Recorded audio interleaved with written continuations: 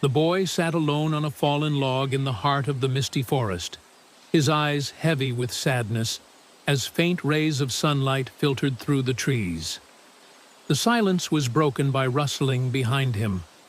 He turned, startled, as a massive shadow moved through the fog. Slowly, the figure of a bear emerged, its curious gaze fixed on the boy. The boy hesitated, then reached into his bag and held out a piece of bread.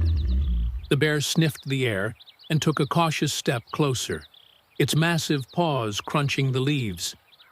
Gently, the bear accepted the offering, and for the first time, the boy smiled. The bear sat beside him, its calm presence replacing the boy's loneliness.